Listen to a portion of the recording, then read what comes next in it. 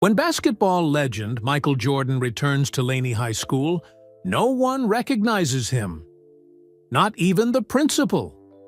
The 62-year-old NBA superstar decides to keep his identity a secret, telling everyone he's just Mike, a former student visiting his old school. As he tours the hallways, Michael sees his own jersey and trophies in display cases, while the principal explains that Michael Jordan is their most famous student. She has no idea she's talking to the legend himself. When Michael watches the struggling basketball team practice, he feels a connection to these young players, especially their captain Jamal, who reminds Michael of himself at that age. Without revealing who he really is, Michael begins coaching the team, teaching them lessons about basketball and life that transform them from losers into winners. But as the team improves and starts winning tournament games, people begin to recognize the mysterious coach. What will happen when everyone discovers the truth? And why does the principal seem to be hiding a secret of her own? The answer will surprise everyone, especially Michael Jordan himself. The sleek black Bentley slowed as it approached the familiar street corner. Behind the wheel, Michael Jordan adjusted his grip, feeling a strange flutter in his stomach. She, 62 years old, he'd faced countless opponents on basketball courts around the world, closed billion-dollar business deals, and stood before roaring crowds of thousands. Yet, returning to Laney High School after all these years made his palms sweat like a rookie at his first playoff game. "You sure about this, MJ?" asked Keith, his longtime friend and driver, from the passenger seat. "We could call ahead, make proper arrangements." Michael shook his head. "No, I want to do this quietly." He pulled into the visitor parking lot, noticing how different yet somehow the same the school looked. New buildings had sprouted up beside the original structures, and fresh landscaping brightened the grounds, but the heart of the place remained. "I won't be long," Michael said, adjusting the plain navy baseball cap on his head. "Just want to take a look around." Keith nodded, understanding. "I'll wait here." Michael stepped out of the car, feeling the coastal Carolina air hit his face. It was early May, and the temperature sat comfortably in the 70s. Perfect basketball weather. He'd chosen a simple outfit today: dark jeans, a light gray polo shirt, and a pair of sneakers that weren't Air Jordans. The baseball cap was pulled low, not quite hiding his face, but making him less immediately recognizable. Gracieux, he walked toward the main entrance. Memories flooded back. There, beyond the new administration building, stood the old gym where he'd spent countless hours perfecting his jump shot. The football field where he'd run sprints to build endurance remained in the same spot, though it now sported synthetic turf instead of natural grass. Everything was shinier, newer, but the bones of his past remained. A group of students passed by, laughing and talking. None of them gave him a second glance. Michael smiled to himself. These kids had been born long after he'd retired from basketball. To them, he was probably just a face on old highlight reels or a logo on their sneakers. The main entrance had a security system now, something that hadn't existed in his day. Michael pressed the buzzer and waited. "Can I help you?" asked a friendly female voice through the speaker. "I'm here to visit," Michael replied. "Former student." The door buzzed, and Michael pulled it open. Inside, the hallway gleamed with polished floors and fresh paint. Trophy cases lined the walls, filled with the achievements of generations of students. Michael resisted the urge to search for his own name and continued to the main office. Behind the front desk sat a young woman with bright eyes and a welcoming smile. "Good morning. How can I help you today?" "Morning," Michael said. "I was hoping to take a look around." I graduated from Laney a long time ago, just passing through town and feeling nostalgic. Of course, we just need you to sign in and get a visitor's badge. She slid a digital tablet across the counter. Your name, please? Michael hesitated for just a moment. Mike Jordan. The young woman, her nameplate read Ms. Daniels, didn't bat an eye as she typed something into her computer. And may I see your ID, Mr. Jordan? Michael produced his driver's license. Ms. Daniels glanced at it, nodded, and handed it back without any sign of recognition. She then printed a visitor sticker and handed it to him. Principal Wilson likes to greet all our visitors personally. She should be available in just a moment if you'd like to wait. That'd be fine, Michael said, taking a seat in one of the office chairs. On the wall opposite him hung photos of various school events. His eyes drifted to a large graduation picture, searching for familiar faces among the teachers. None remained from his time. Everyone he'd known had moved on, retired, or passed away. He felt a twinge of melancholy at this realization. A door opened, and a woman in her 50s emerged. She had short, silver-streaked hair, intelligent eyes behind stylish glasses, and carried herself with confident authority. Mr. Jordan, I'm Darlene Wilson, principal here at Laney High. She extended, her hand with a warm smile. Welcome back to your alma mater. Michael stood and shook her hand. Thank you. It's been a while. Principal Wilson looked at him with polite interest, but no recognition in her eyes. Ms. Daniels mentioned you're a former student? What year did you graduate, if you don't mind my asking? Class of 1981, Michael replied, watching her face for any reaction. Principal Wilson nodded. Well, before my time, I'm afraid. I've only been principal here for the past year, but I've been in the district for about 15. What brings you back to visit us today? Michael shrugged lightly. Just passing through town. Thought I'd see how the old place has changed. Would you like a tour? I have about 20 minutes before my next meeting. That would be great, if it's not too much trouble. Principal Wilson led him out of the office and into the main hallway. Laney has changed quite a bit since the 80s, I imagine. We've added the science wing in 2010, and the new gymnasium was completed just 5 years ago. As they walked, students moved between classes. A few glanced curiously at Michael, but most were too absorbed in their conversations or phones to pay much attention to another adult visitor in the hallways. The original building has been renovated several times, Principal Wilson continued, pointing out features as they walked. But we've tried to preserve some of the historical elements. The floors in this section are the original hardwood, just refinished. Michael nodded, looking down at the gleaming wood beneath his feet. Had he walked this exact spot as a teenager?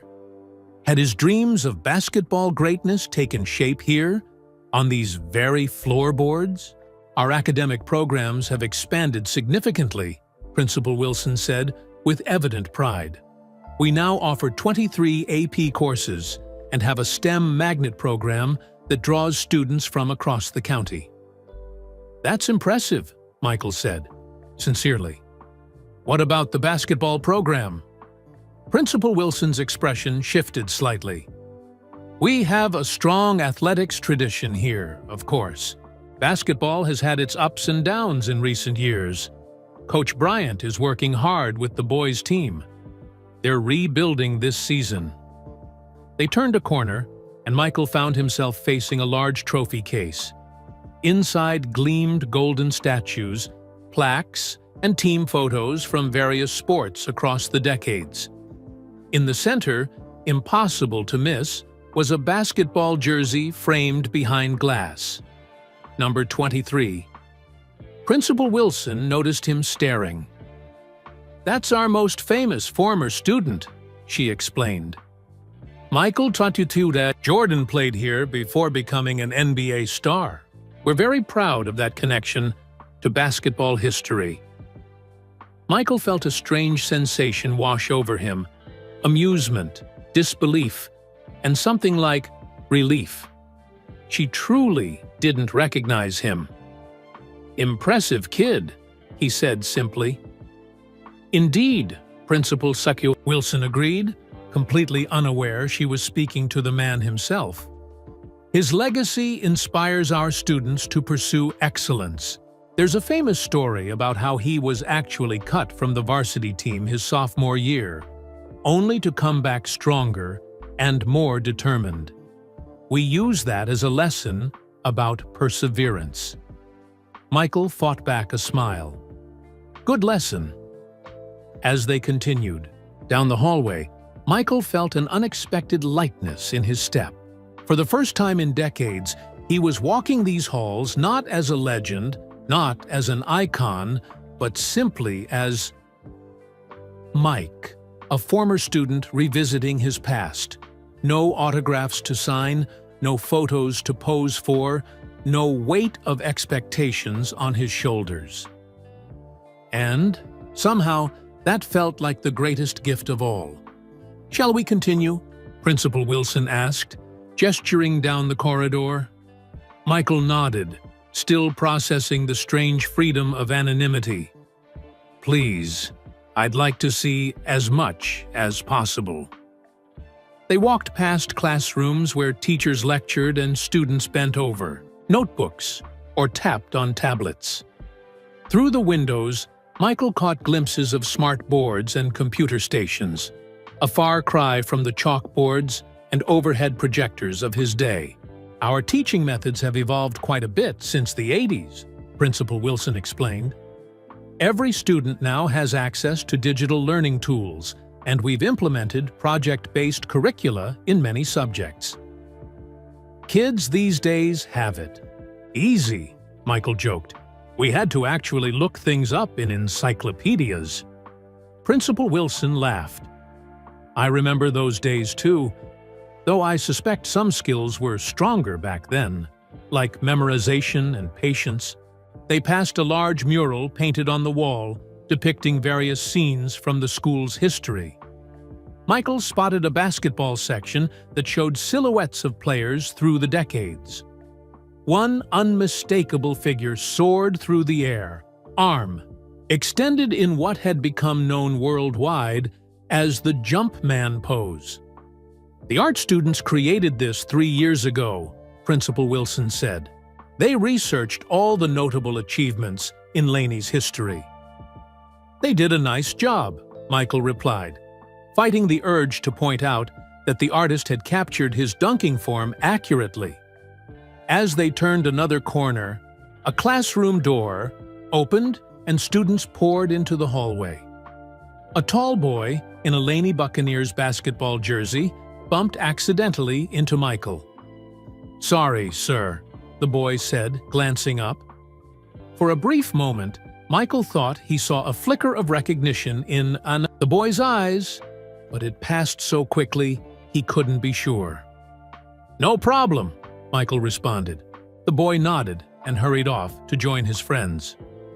"That was Jamal Taylor," Principal Wilson said, "captain of our varsity basketball team. Talented player, but struggling to find his leadership voice." Michael watched the boy disappear down the hall, reminded of his own teenage uncertainty. Sometimes the hardest part isn't the skill, it's believing in yourself enough to use it. Principal Wilson gave him an appraising look. "You sound like you've had some experience with that." "A little," Michael admitted. "I played some ball in my day, nothing special." They continued past the library, which Principal Wilson proudly noted had been expanded to include a digital media center. Michael peered through the glass doors, noticing students lounging in comfortable chairs with laptops and tablets. "What brings you back to Wilmington after all these years, Mr. Jordan?"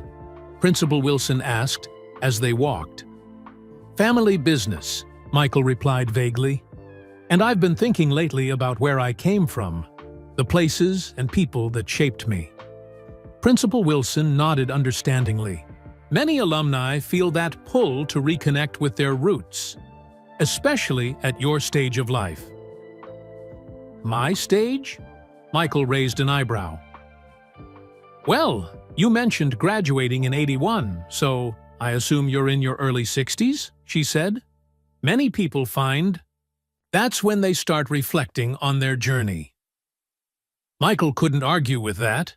His recent birthday had indeed prompted thoughts about legacy and beginnings. His children were adults now, his grandchildren growing fast. The business empire he'd built after basketball continued to thrive. Yet lately, he'd felt a nagging sense that something was missing, some connection to the hungry, determined boy he'd once been. "You're not wrong," he conceded. "Time has a way of making you look backward as much as forward." They approached a hallway lined with photographs of student athletes. Placards identified state champions and standouts in various sports across the decades. Michael slowed his pace, scanning the faces. "Here's our wall of champions," Principal Wilson explained, "students who brought special recognition to Laney." Michael stopped before a faded photograph of the 1980-81 basketball team. There he was, front row, lanky and serious-faced, not yet filled out to his adult height, but already radiating intensity. "That was a good team," he said quietly. Principal Wilson leaned in to look. "Oh yes, that was Jordan's team. They had an impressive season." "Made it to the state playoffs," Michael added. Principal Wilson glanced at him. "You have a good memory. Some things stick with you." They moved on, passing more displays of student achievements, academic awards, art contest, winners, robotics competitions. Michael appreciated how the school celebrated excellence in all its forms, not just athletics. "We're coming up on the new gymnasium now," Principal Wilson said, as they approached a set of double doors. It was named in honor of our most distinguished basketball alumnus, of course. The doors bore a large sign reading "Jordan Gymnasium" in the school's colors. Michael felt a strange flutter in his chest at seeing his name emblazoned there. "Must be something, having a gym named after you," he remarked. "I imagine so," Principal Wilson agreed, "though I suspect Michael Jordan has so many things named after him now that one high school gym might not register." Michael suppressed a smile. "You never know. First places can mean the most." From beyond the doors came the distinctive sounds of basketball practice. Sneakers squeaking on polished wood, the rhythmic bounce of balls, coaches' voices calling out instructions. "Sounds like the team is practicing," Michael observed. Principal TV'd. Wilson checked her watch. "Yes, Coach Bryant holds practices during 5th period. Would you like to take a look?"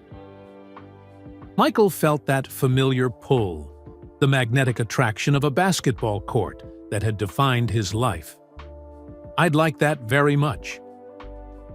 Principal Wilson pushed, opened the doors, and together they stepped into the gleaming new gymnasium where young players chased their dreams on the hardwood below. The gymnasium was bathed in natural light from large windows that lined the upper walls. Polished hardwood gleamed under the bright LED fixtures, and modern scoreboards hung at either end. The space was easily twice the size of the gym Michael had played in as a teenager. Practice was in full swing. About 15 boys in Laney practice uniforms ran drills under the watchful eye of a broad-shouldered man in his 40s. Michael immediately recognized the drill, a 3-man weave ending with a layup. But something was off. The players moved without precision, their timing disjointed, passes sloppy. "That's Coach Terrell Bryant," Principal Wilson explained, keeping her voice low as they stood at the back of the bleachers.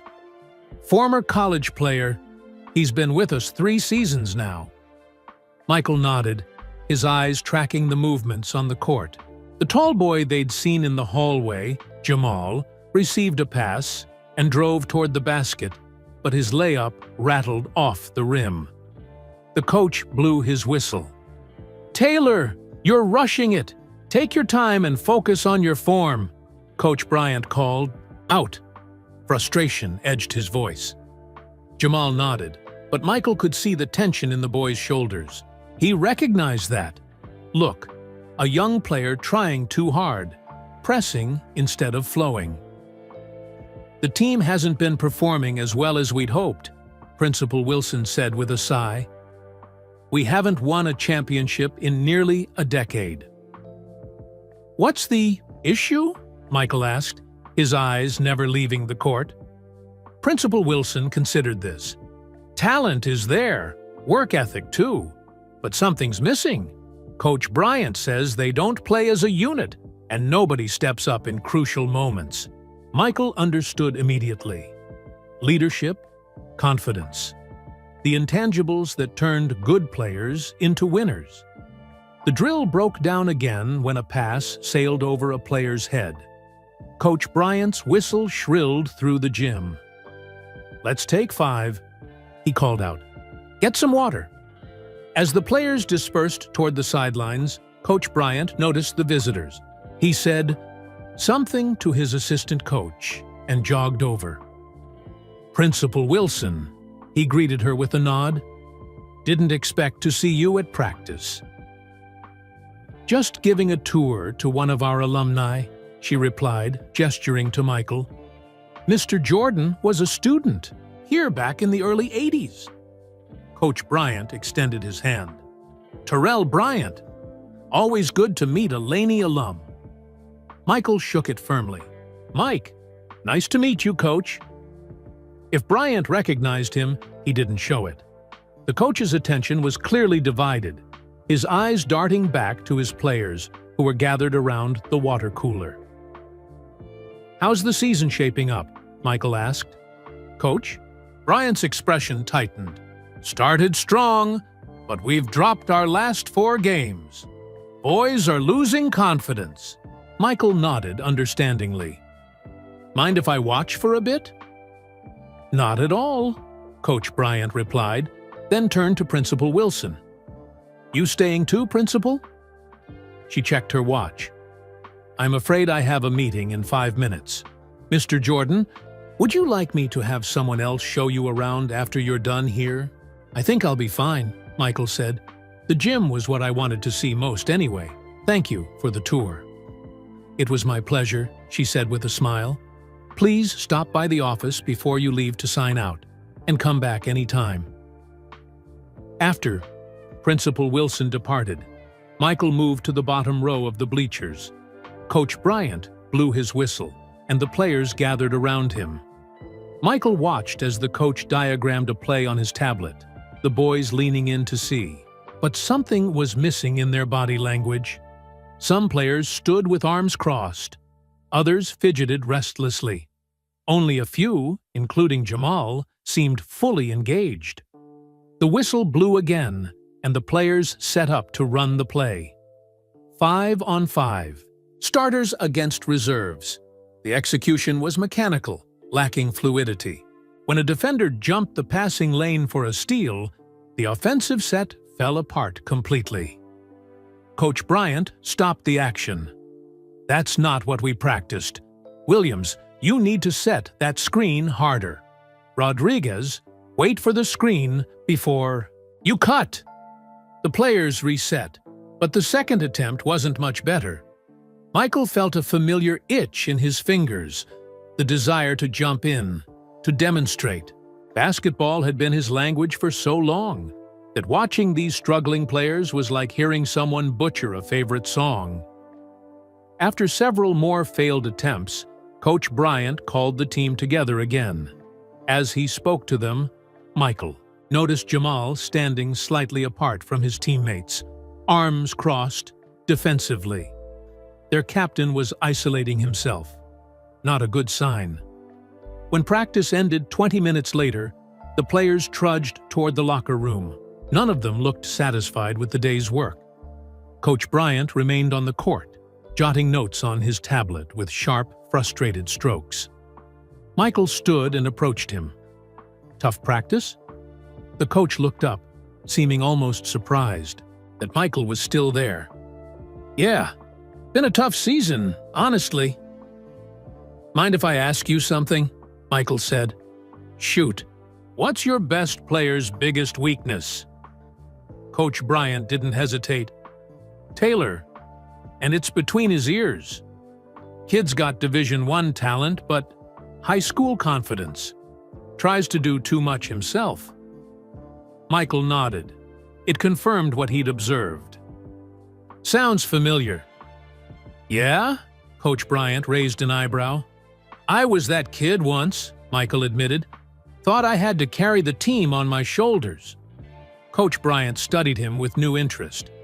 "You played?" "A little," Michael said, with his characteristic small smile. "What if I offered some advice to your players? Sometimes a new voice helps." The coach hesitated, glancing toward the locker room where his team had disappeared. "No offense, but what could you tell them that I haven't?" "Maybe nothing," Michael acknowledged. "But sometimes it's not what you say, it's who says it." Coach Bryant scratched his chin thoughtfully. "You were here when Jordan played, right? Back in the 80s? "You could say that." "The guys might get a kick out of hearing from someone from that era," Coach Bryant mused. "You coming back tomorrow?" "I could," Michael replied. "Practice starts at 2:30. The coach extended his hand again. "Appreciate your interest, Mr. Jordan." As they shook hands, Michael noticed the assistant coach staring at him from across the gym, a dawning look of recognition on his face. The younger man started walking toward them, eyes wide. "I should get going," Michael said quickly. "See? You tomorrow, coach."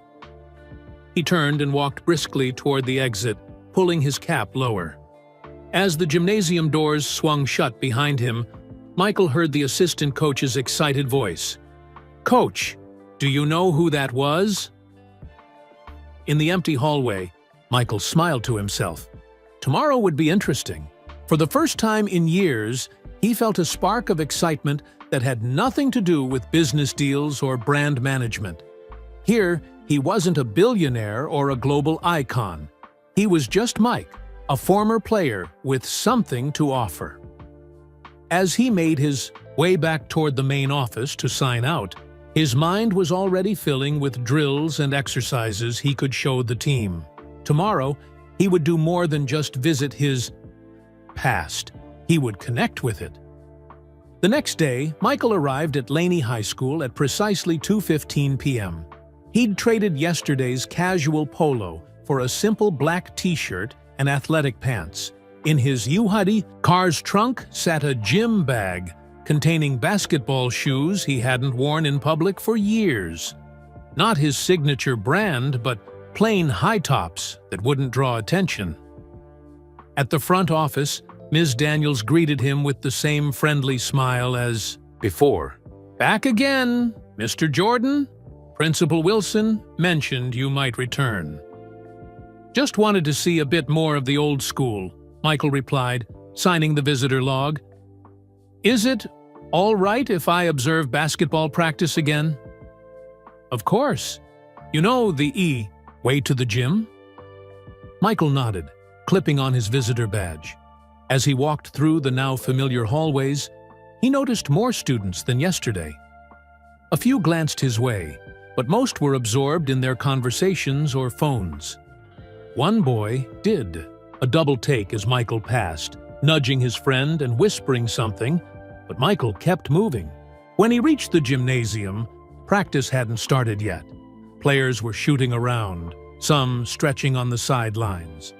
Coach Bryant stood with his assistant, the same one who had seemed to recognize Michael yesterday, reviewing notes on a clipboard. Michael slipped in quietly and took a seat on the bottom row of bleachers. He unzipped his gym bag and began changing into his basketball shoes. The assistant coach spotted him first, nudging Coach Bryant and pointing discreetly. The head coach looked up, nodded in acknowledgement, and blew his whistle. "Circle up, gentlemen." Chanti players gathered at center court. Michael watched as Coach Bryant addressed them, occasionally gesturing in his direction. Some players turned to look, curiosity evident on their faces. Jamal Taylor, the team captain, crossed his arms and frowned slightly. After a brief huddle, Coach Bryant jogged over to Michael. "Glad you made it, Mr. Jordan. I told the guys we have a visitor who wants to share some basketball knowledge. There, all yours for the next 15 minutes, if that works." Michael stood, feeling a familiar pre-game flutter in his stomach. "That works fine. Thanks, Coach." As he approached the gathered players, Michael noted their expressions: curiosity, skepticism, boredom. These teenagers had no idea who he really was, and that was exactly how he wanted it. For now. "Afternoon, guys," he began, his voice carrying easily across the gym. "Coach Bryant was kind enough to let me speak with you today. My name's Mike. I'm a Laney alum, and basketball has been a big part of my life." "You played here?" asked a short, wiry guard near the front. "I did," Michael confirmed. "A long time. Ago now." "Were you any good?" called another player from the back of the group. Several teammates snickered. Michael smiled. "I was decent. Got better after high school." Jamal Taylor, standing slightly apart from the others, sized Michael up with undisguised skepticism.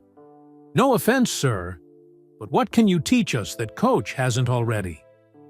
The question wasn't asked respectfully, but Michael recognized the frustration behind it. He'd been that same cocky, defensive teenager once. "Fair question," Michael acknowledged. "Maybe nothing. But sometimes hearing something from a different voice makes it stick. And sometimes..." He picked up a basketball from the rack nearby. "Seeing is better than hearing." Without warning, Michael dribbled twice, stepped back, and launched a perfect jump shot from the free throw line. The ball arced gracefully and swished through the net. Despite his age, the form was unmistakable. The slight lean, the extended arm, the distinctive flick of the wrist that had been immortalized in countless photographs. The gym fell silent. Even Coach Bryant and his assistant stopped their conversation to watch. Michael retrieved the ball and turned back to the players. "Basketball's just as mental as it is physical. That's something most players don't understand until they've been at it a while." He moved to the three-point line and sank another shot, smooth and effortless. "I watched your practice yesterday," he continued, bouncing the ball slowly. "You've got talent, but you're not playing together, and you're not playing with confidence." Several players shifted uncomfortably. Jamal's eyes narrowed. "You disagree?" Michael asked him directly. Jamal hesitated, then spoke. "We're trying, but trying isn't winning games." "Trying without direction isn't," Michael agreed. "But trying with purpose is how champions are made." He held the ball out toward Jamal. "You're the captain, right? How about a little one-on-one?" A ripple of excitement went through the team. Jamal looked surprised, then wary. "1 game to 5 points, Michael proposed. "You score on me, your team gets to run 1 less suicide drill today." He glanced at Coach Bryant, who nodded his agreement. "I score on you. You do what I say for the rest of practice. No questions asked." Jamal looked around at his teammates. who were now fully engaged. A few nodded encouragingly. With teenage bravado masking his uncertainty, Jamal stepped forward.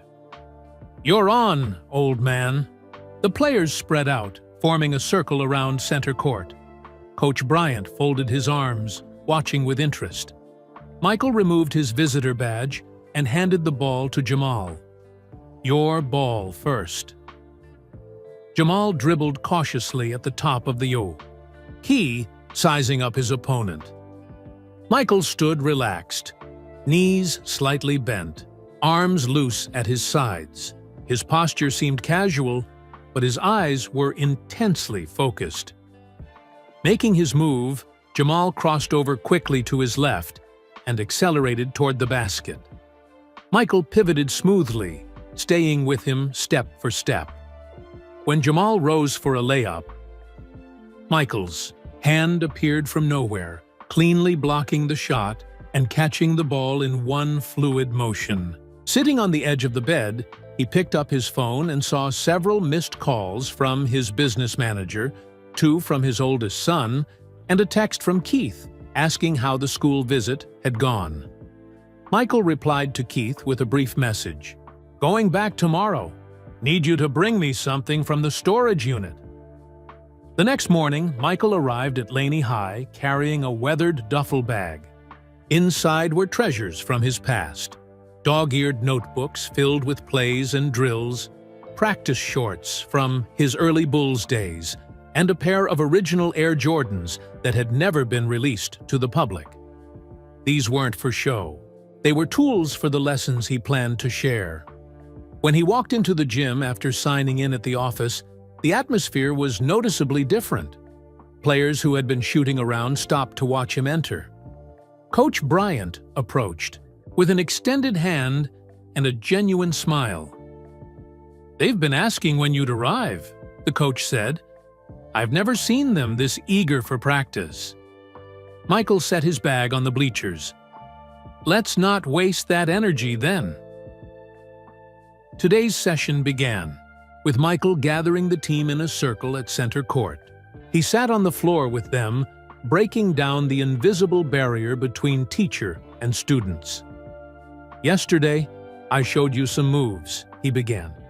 "Today, I want to talk about something more important, the mindset of a champion." He pulled out one of the notebooks from his bag, its pages yellow with age, and opened it to a section labeled Mental Game. "When I was not much older than you guys, I started writing down lessons I was learning. Not just plays or strategies, but thoughts about what separates good players from great ones." He read a passage he'd written during his second season with Chicago. "Talent wins games, but teamwork and intelligence win championships." Jamal, sitting directly across from Michael, leaned forward. "Did that work for you? The writing part?" "It did," Michael confirmed. "Helped me process what I was learning. Made me accountable to myself." He handed the notebook to Jamal. "Take a look." As Jamal flipped through the pages, his expression shifted from curiosity to something deeper. Recognition, perhaps, of the dedication documented in those handwritten notes.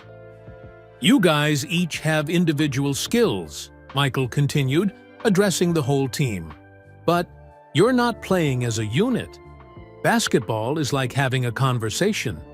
You need to learn each other's voices, rhythms, tendencies." He stood up, motioning for the players to do the same. "Today, we're going to work on awareness, knowing where your teammates are without looking." For the next hour, Michael ran drills focused entirely on court awareness and communication. Players practiced passing with peripheral vision, calling out defensive switches, and moving in coordinated patterns. When someone made a mistake, Michael didn't criticize. He demonstrated the correct approach and explained the reasoning behind it. "Why is this stuff so important?" asked Rodriguez, a junior guard with quick hands but inconsistent decision-making. Because when the pressure's on, you fall back on habits, Michael explained. In the fourth quarter of a tight game, you don't have time to think. Your body and mind have to know what to do instinctively. He pulled Jamal and 4 other starters to center court for a demonstration. Jamal, you've been trying to do too much yourself. I get it. You want to win, and you know you've got skills. But look at your teammates. Michael positioned himself behind Jamal, placing his hands on the boy's shoulders and physically turning him to face each of his teammates one by one. Williams here has a quick first step and can finish at the rim. Rodriguez reads passing lanes better than anyone on the team. Chen has the best shooting form I've seen in a high schooler in years. And Thomas is the kind of defender who can disrupt an entire offense. Jamal nodded slowly, seeing his teammates through new eyes. Your job as captain isn't to be the best player, it's to make everyone around you better, Michael said, his voice carrying across the hushed gym. That's what leadership looks like. Something clicked for Jamal in that moment. His posture changed subtly, shoulders straightening, as if a burden had been lifted. For the remainder of practice, Michael focused on Jamal's role as a facilitator rather than just a scorer. He showed him how to create opportunities for teammates, when to assert himself, and when to step back. The other players responded immediately, their energy and execution improving as they felt more included in the offensive flow. Coach Bryant watched from the sideline, occasionally adding reinforcement to Michael's instructions, but mostly observing with undisguised appreciation. His assistant coach filmed portions of the practice on a tablet, creating reference material for future sessions. As practice wound down, Michael gathered the team for a final talk. Sweat glistened on their foreheads, but their eyes were clear and attentive. Even the players who had been skeptical. Yesterday now hung on his every word. Basketball gave me everything, Michael told them, his voice softer than it had been during the drills. But before the championships, before the contracts and the shoes and all of that, it was just the game, the pure joy of improvement, the satisfaction of seeing hard work pay off. He looked at each player in turn. Don't lose sight of that joy. No matter how far basketball takes you, whether it's college, the pros, or just memories you'll carry through life, remember why you started playing in the first place. As the team broke huddle and headed for the locker rooms, Jamal lingered. Behind Mr. Mike, he said, using the simple name Michael had given them. Can I ask you something personal? Go ahead. You said you were cut from varsity. How did you handle that disappointment? Michael smiled, recognizing the deeper question beneath the surface. This wasn't just about basketball history. It was about Jamal's own struggles with expectations and fear of failure. I cried, Michael admitted honestly. Then I used that pain as fuel. Every time I wanted to quit. During a hard practice, I remembered how it felt to see my name missing from that list. He placed a hand on Jamal's shoulder. Failure isn't the end unless you let it be. It's just a step in the journey. Jamal nodded, absorbing the words. Will you be back tomorrow? Count on it, Michael replied. Over the next few days, Michael fell into a comfortable routine. He'd arrive at Laney High shortly after lunch, sign in at the front office, where Ms. Daniels now greeted him by name, and make his way to the gymnasium. Principal Wilson occasionally spotted him in the hallways and would stop for brief, friendly conversations, still completely unaware of his true identity. The team's response to his coaching exceeded even Michael's expectations. Each day brought visible improvements in their cohesion and confidence. Coach Bryant had seamlessly integrated Michael into the practice structure, often stepping back to allow him to lead entire segments. On Thursday afternoon, Michael arrived to find the gym unusually quiet. Only Jamal was there, shooting free throws with mechanical precision. "Where is everyone?" Michael asked, setting down his duffel bag. "Early dismissal for teacher meetings," Jamal explained, catching the rebound. "Practice is canceled, but I got permission to use the gym." Michael checked his watch. "So you're spending your free afternoon shooting hoops instead of hanging out with friends?" Jamal shrugged. "Need to work on my free throws. I'm only hitting 70%. Michael smiled at the familiar dedication. He'd spent countless solitary hours in gyms throughout his career, perfecting elements of his game that others might have considered already good enough. "Mind if I join you?" "Not at all, sir." They fell into a rhythm, each taking turns at the line. After about 20 minutes of comfortable silence, punctuated only by the sound of bouncing balls and swishing nets, Jamal spoke. "Mr. Mike, can I ask you something?" "Sure." "Do you think I'm good enough to play college ball?" Michael considered the question, recognizing its importance to the young player. "Based on skill alone? Absolutely. Division I potential, without question." Jamal nodded, processing, "This? My dad says the same thing, but what? But I'm not sure it's enough." Jamal retrieved his ball and held it between his hands, staring at the worn leather. There are thousands of kids with Division I potential. Only a few make it. Michael moved to the bleachers and sat down, motioning for Jamal to join him. The boy did, keeping the basketball in his lap like a security blanket. "What's really on your mind, Jamal? This isn't just about basketball, is it?" Jamal hesitated, then shook his head. "My family doesn't have money for college. A scholarship is pretty much my only shot. My dad works 2 jobs already, and my mom—" He paused. "My mom's been sick for a while. Medical bills piling up." Michael nodded, understanding the weight on this 17-year-old's shoulders. It wasn't just about basketball dreams. It was about practical realities and family responsibilities. "That's a lot to carry," Michael said quietly. "Yeah." Jamal bounced the ball once between his feet. "That's why I've been pressing so hard. Why I haven't been the leader the team needs. Every game feels like my future depends on it." "I understand that pressure," Michael said. "Different circumstances, but similar feelings." "Really?" Jamal looked skeptical. "You seem like you've got it all figured out." Michael laughed softly. "Now, maybe. But at your age, I was a bundle of ambition and insecurity, desperate to prove myself."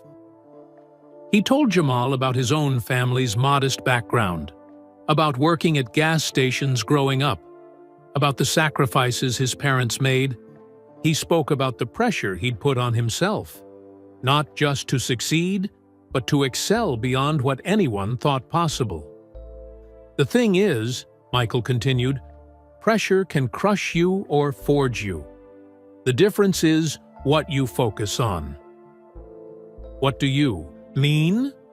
"When you're thinking about the scholarship, the future, all the things that could go wrong, that's when you play tight. When you focus on the game itself, on the pure joy of the moment, that's when your true ability shines through." Jamal nodded slowly. Coach Bryant says something similar, but it's easier said than done. "True," Michael acknowledged. "It takes practice, just like any skill."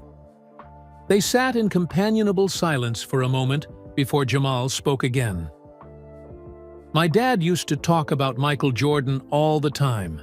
Said watching him play was like seeing the impossible become possible. Michael felt a strange flutter in his chest. Pride mingled with nostalgia, and something else he couldn't quite name. "Your dad sounds like a wise man," he said carefully. "He is." Jamal looked down at the basketball in his hands. "He has this old poster of Jordan in our garage where he works out. Sometimes I catch him just staring at it, like it reminds him of something important." Michael swallowed, unexpectedly moved.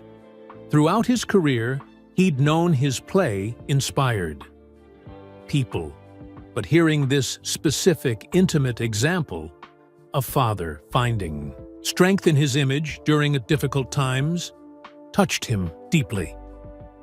"Basketball can be more than a game," Michael said softly. "It can be hope, a promise that hard work and dedication mean something." Jamal looked up at him. "That's exactly what my dad says." Michael stood, needing to move suddenly. "Let's work on those free throws some more. I've got a technique that might help your percentage." For the next hour, they focused on the precise mechanics of the free throw: foot position, hand placement, breath control, visualization. Michael shared the rituals he'd developed during his career, the mental techniques he'd used to maintain consistency under pressure. As they wrapped up, Jamal's free throws had already improved noticeably, but Michael sensed the session had given the young player something more valuable than basketball skills, a reminder of why he loved the game in the first place. "Same time tomorrow?" Michael asked as they collected the basketballs.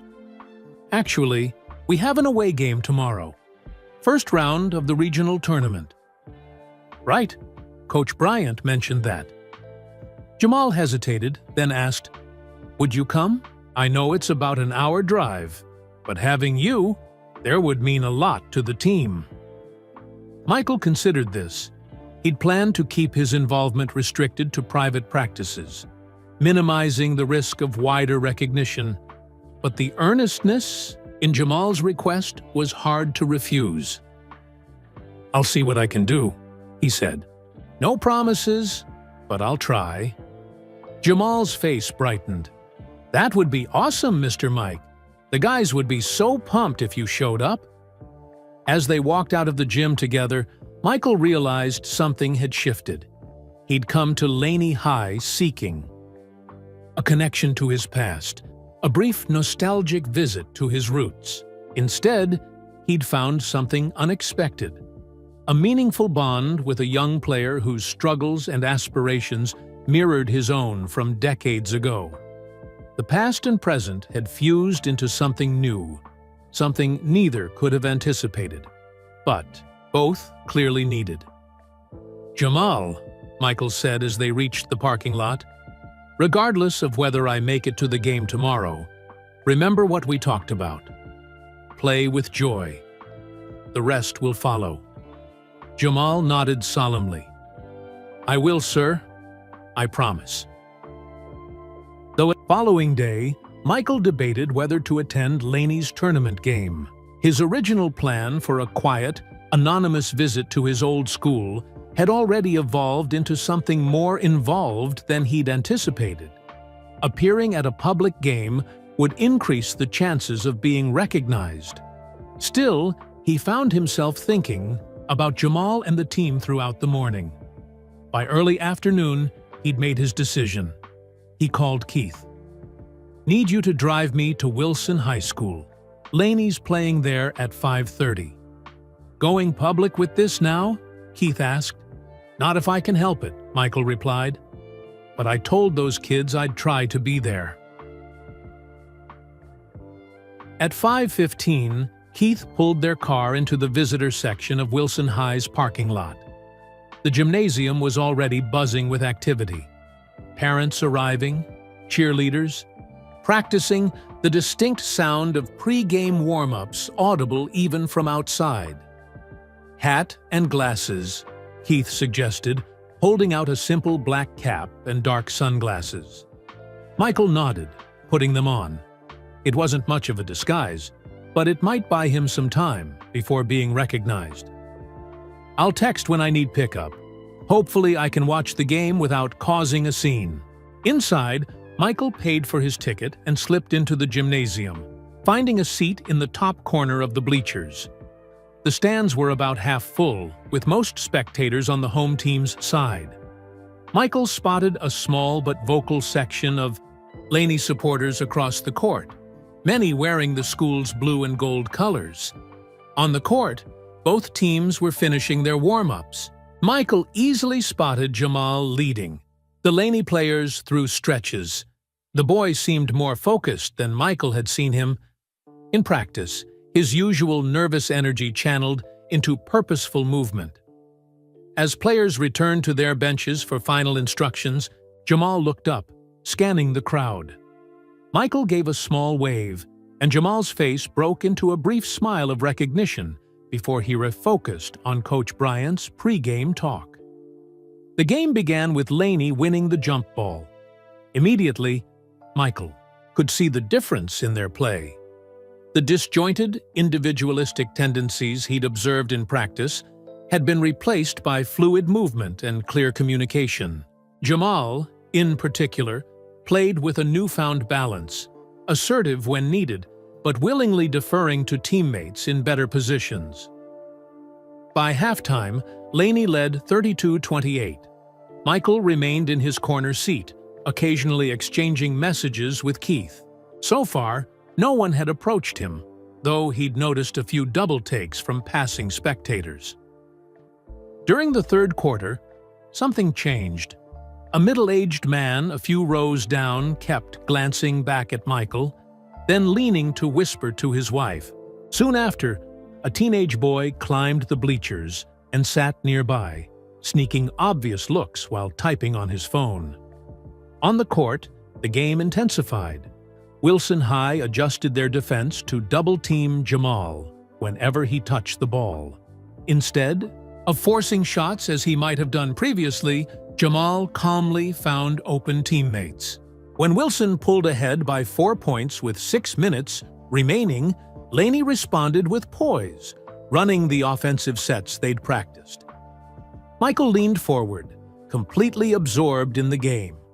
When Jamal made a perfect no-look pass that led to an easy basket, a move they'd specifically worked on in practice, Michael couldn't help but clap and call out, "Good vision, Jamal." The sound of his voice carried in a momentary lull. Several heads turned, the murmuring around him increased. Michael pulled his cap lower and considered leaving, but the game was too close. Too important. As the final minute approached with the score tied 58-58, Michael noticed a small crowd gathering at the bottom of his section. People with phones, raised, not watching the game but looking in his direction. Word was spreading. On the court, Wilson High had possession. Their point guard drove toward the basket but was met by solid Laney defense. The shot clock wound down, forcing a desperate three-point attempt that bounced off the rim. Jamal secured the rebound and immediately pushed the ball up court. With 12 seconds left, Coach Bryant signaled for a timeout. As the Laney players huddled around their coach, Jamal glanced up toward Michael's seat. Even from a distance, their eyes connected briefly. Michael gave a small nod, and Jamal returned. When play resumed, everyone in the gym knew Jamal would likely take the final shot. Wilson's defense collapsed around him as he dribbled at the top of the key. The clock ticked down. 10 seconds. 8, 7. Instead of forcing his way through the defenders, Jamal executed a perfect head fake, drawing 2 defenders before passing to Rodriguez, who stood unguarded at the three-point line. Rodriguez's shot arced high, hanging in the air as the buzzer sounded. Swish. The Laney section erupted. Players rushed from the bench to surround Rodriguez, but it was Jamal who reached him first, lifting the smaller player in celebration. Coach Bryant punched the air, then quickly composed himself to shake hands with the opposing coach. Michael stood to applaud, genuinely proud of what he'd witnessed. The team's growth was evident, not just in the win, but in how they'd achieved it, with trust and teamwork. As the celebration continued on the court, the whispers around Michael grew louder. A child pointed directly at him, tugging his father's sleeve. A woman nearby was recording video on her phone, the camera clearly aimed at Michael rather than the victorious team below. "It's him, isn't it?" someone said loudly. Michael knew his cover was blown. He texted Keith, ready for pickup, things getting attention. As he made his way down the bleachers, a small crowd began to follow. Michael kept moving, offering polite nods, but not stopping. His goal was to reach the exit before the situation escalated into the kind of scene he'd been hoping to avoid. He was halfway to the door when Jamal spotted him leaving. The boy broke away from his celebrating teammates and jogged over. "Mr. Mike, we did it! Did you see Rodriguez's shot?" Michael smiled. "Couldn't have drawn it up better. Great pass, by the way. I remembered what you said about trusting my teammates," Jamal replied, breathless with excitement. "Coach wants to know if you can come to the team bus before we leave." Michael hesitated, aware of the growing attention around them. Already, phones were raised, capturing the interaction. "I should probably go, Jamal. This is your team's moment." Jamal looked confused, then glanced around, suddenly noticing the gathering crowd. His expression shifted as understanding dawned.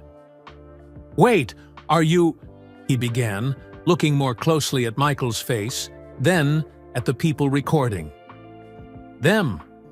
Before Jamal could finish his question, Coach Bryant appeared, putting a protective arm around his player's shoulders. "Great game, Jamal," he said, then turned to Michael. "Thanks for coming, Mr. Jordan. Meant a lot to the team." The coach's deliberate use of his surname confirmed what Jamal was beginning to suspect. The boy's eyes widened. "You're Michael Jordan?" Jamal asked, his voice dropping to a whisper. "The Michael Jordan?" The gathering crowd had grown larger. Michael knew he had only moments before the situation became unmanageable. "We'll talk at Monday's practice," he promised Jamal. "You played great today. Be proud." With that, Michael turned and moved quickly toward the exit, pulling his phone from his pocket to check Keith's response. Behind him, he could hear the rising excitement as word spread through the gymnasium. Outside in the cool evening air, Michael spotted Keith waiting with the car. As he slid into the passenger seat, he couldn't help but smile. "Covers blown?" Keith asked, pulling away from the curb. "Completely," Michael confirmed. "But it was worth it." In the rearview mirror, he could see people spilling out of the gymnasium doors, phones raised. But his thoughts weren't on them. They were on Jamal's face in that moment of recognition. The look of disbelief transforming into something more complex. Respect, wonder, and a newfound understanding of the connection they'd built. By Saturday morning, Michael's unexplained appearance at a high school basketball game had made headlines. Sports networks were running the shaky phone footage showing him in the stands, while social media buzzed with speculation about why the basketball legend was quietly attending a regional tournament game in North Carolina. Michael ignored the notifications flooding his phone and focused instead on a text from Coach Bryant. "Team is buzzing. Next game, Monday 4 p.m. at Hoggard High. No pressure, but doors are always open for our special assistant coach." He smiled at the message, but didn't reply immediately. The anonymity he'd briefly enjoyed was gone, and he needed to decide what that meant for his involvement with the team. After breakfast, he called his business manager to handle the media inquiries piling up. "Just say I was visiting my old school, nothing more," he instructed. "Keep it simple." Later that afternoon, Michael's phone rang with a call from an unfamiliar number. Normally, he would ignore it, but something made him answer. "Hello? Mr. Jordan?" It was Principal Wilson's voice, sounding slightly flustered. "This is Darlene Wilson, from Laney High School." "Principal Wilson," Michael acknowledged, curious about this call. Well, I owe you an apology," she said. "I had no idea who you really were during your visit. I've been receiving calls all morning from media, alumni, the superintendent, everyone wanting to know about your time at our school this week." Michael chuckled. No apology necessary. It was refreshing to be treated normally for a change. "The superintendent is particularly interested in your work with our basketball team," she continued. "Coach Bryant says you've been instrumental in their improvement. We were hoping, that is, if you're willing, perhaps you might consider continuing to help through the tournament?" Michael considered this. His original plan for a quiet, nostalgic visit had evolved into something much more meaningful than he'd anticipated. "The team's working hard," he said. "I'd like to see them through the tournament if I can." Principal Wilson's relief was audible. "That's wonderful news. I'll let Coach Bryant know. And Mr. Jordan, thank you for being so gracious about my oversight." After ending the call, Michael sat on the hotel balcony, gazing out at the Wilmington coastline. The weekend stretched before him, surprisingly empty for a man whose calendar was typically booked months in advance. He found himself looking forward to Monday's game more than the business meetings awaiting him back home. On Monday afternoon, the scene at Hoggard High School was dramatically different from Friday's game. The parking lot was full 2 hours before tip-off. News vans lined the street. When Michael arrived, security personnel immediately escorted him through a side entrance to avoid the growing crowd. Inside the coach's office, he found Coach Bryant, reviewing game footage with his assistant. "Quite the turnout," Michael observed. Coach Bryant looked up with a wry smile. Ticket sales broke the school record within an hour of opening. Apparently, people really want to see Laney High's new assistant coach. "Sorry about that. Not exactly what you needed before a big game." "Are you kidding?" Coach Bryant laughed. "The boys are walking 10 feet tall. But there's a flip side. The pressure's enormous now. Everyone's expecting a show." Michael nodded, understanding. "Where are they now?" "Locker room, trying to stay calm, but they're pretty amped up." Michael followed Coach Bryant to the locker room, where the players sat in an unusual silence, each lost in thought. When Michael entered, heads snapped up. Jamal stood immediately. "Mr. Sir," he stammered. Michael waved a hand. "Mike is still fine, Jamal." The tension broke as several players laughed nervously. Michael looked around the room, seeing the mixture of excitement and anxiety on their young faces. "So," he said casually, "word got out. More nervous laughter." "Pretty crazy weekend," Michael continued. "Phone won't stop ringing. Reporters asking why Michael Jordan is coaching a high school team in North Carolina." He paused. "I kept thinking about what to tell them." The players waited, silent. "Truth is, I came back to Laney looking for something. Wasn't sure what, exactly, but watching. You guys these past few days, I remembered what basketball felt like before the fame, before the business. The pure joy of improvement. the satisfaction of seeing hard work pay off. He moved to the center of the room.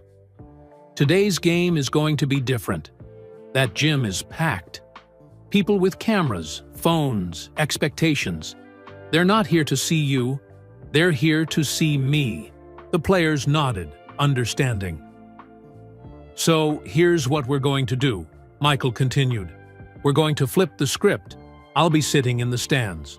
All eyes on me. Meanwhile, you'll be on that court, showing everyone that Laney basketball isn't about who's watching, it's about who's playing. Coach Bryant stepped forward. Mr. Jordan and I discussed this. We think the attention could work for us or against us. It's your choice how you use it. Jamal looked at his teammates. Then, back at Michael. We won't let you down, sir. I know you won't, Michael replied. Remember what we've worked on. Trust each other. Play with joy. The rest will take care of itself. As game time approached, the gymnasium filled beyond capacity. Michael took a seat behind the Laney bench, accompanied by security personnel. Smartphones turned in his direction. Immediately, but he kept his attention focused on the court where the players were warming up. When the game began, it was immediately clear that Laney faced a formidable opponent. Hoggard High had a significant height advantage and a disciplined defense that disrupted Laney's offensive rhythm. By halftime, Laney trailed by 11 points. In the locker room, Coach Bryant remained calm as he diagrammed adjustments. The players listened intently, but their confidence was visibly shaken. Michael, who had joined them at Coach Bryant's invitation, waited until the tactical discussion finished before speaking. You know what I see when I look at your faces right now? He asked. I see doubt. I understand that. But doubt is just fear disguised as thinking. He walked slowly around the room, making eye contact with each player. When I was your age, playing for this same school, I faced moments just like this. Games where nothing worked, where the other team seemed better, where the hole seemed too deep to climb out of. He stopped in front of Jamal. That's when you have a choice. Let the doubt win, or remember who you are and why you play. As the YV, players returned to the court for the second half. Michael remained in the locker room with Coach Bryant. They're good kids, the coach said, but they're up against a tough team and a circus atmosphere. Michael nodded. Let's see what they're made of. When they rejoined the game, they found Principal Wilson waiting by the bench, her expression concerned. Superintendent's here, she whispered. He's hoping to speak with you after the game, Mr. Jordan. Michael nodded politely, but kept his attention on the court. The third quarter was about to begin, and with it, the true test of everything he'd tried to teach these young players about: perseverance, teamwork, and performing under pressure. The third quarter began with Laney showing renewed energy. Jamal orchestrated the offense with calm authority, finding teammates in the spots they'd practiced. Gradually, they chipped away at Hoggard's lead. When Rodriguez hit a three-pointer to cut the deficit to 4 points, the Laney supporters erupted in cheers. Michael watched intently from his seat, offering occasional comments to Coach Bryant during timeouts, but otherwise letting the team find their own rhythm. He noticed Principal Wilson nearby, flanked by a distinguished-looking man he assumed was the superintendent, both watching him as much as the game. As the fourth quarter began with the score tied at 60, Michael's phone vibrated. He ignored it initially, but when it buzzed repeatedly, he finally checked the screen. The series of urgent messages made his heart sink. MJ, it's Keith. Your sister's been in an accident. Nothing life-threatening, but she's asking for you. Hospital in Charlotte. Call ASAP. Michael's mind raced. Charlotte was over 3 hours away. His sister had always been there for him throughout his career. There was no question what he needed to do. He leaned toward Coach Bryant during a free throw. Family emergency. Need to leave. Coach Bryant nodded, understanding. Go. We'll handle this. Michael slipped a note to Principal Wilson explaining the situation, then made his way toward a side exit where Keith was waiting with the car. As he left, he cast one final glance at the court, where Jamal was helping a teammate up after a hard play. The boy's growth as a leader was evident in that simple gesture of solidarity. The drive to Charlotte passed in tense silence. Michael's tried to see thoughts alternated between concern for his sister and the team he'd left behind. When they finally reached the hospital, he found his sister in stable condition. A car accident had left her with a broken arm and mild concussion, but doctors assured him she would recover fully. "You didn't have to rush all the way here," she scolded gently from her hospital bed. "Of course I did," Michael replied, holding her uninjured hand. "Family comes first." He stayed by her side until she fell asleep, then stepped into the hallway to check his phone. There were several missed calls from Coach Bryant and a single text. "Tough loss, 78-73. Boys played their hearts out. Call when you can." Michael sighed, feeling a pang of disappointment for the team. He started to call back, then paused, deciding it could wait until morning. The night nurse assured him his sister was stable, so he found an uncomfortable chair in the waiting room and settled in for the night. The next morning, after confirming his sister would be released later that day and had family nearby to help with her recovery, Michael finally called Coach Bryant. "How are they taking it?" he asked after hearing the details of the game's final minutes. "Hard," Coach Bryant admitted. "Not just the loss. They're worried about why you left. Rumors are flying. Some think you got bored or disappointed with them." Michael winced. "That couldn't be further from the truth. It was a family emergency." "I told them that, but..." Coach Bryant hesitated. "They're teenagers. They take things personally." "I'll be back tomorrow," Michael promised. Morning practice, 8 a.m. We still have one more chance. Consolation bracket. Win the next 2 games, and we qualify for state as the 3rd seed. After ending the call, Michael arranged for his sister's care and headed back to Wilmington with Keith. He arrived at his hotel late that night, exhausted but determined to make things right with the team. The next morning, Michael reached Laney High early, only to find the gymnasium empty. He checked his watch. 7:45 a.m., definitely the right time. He tried calling Coach Bryant, but got no answer.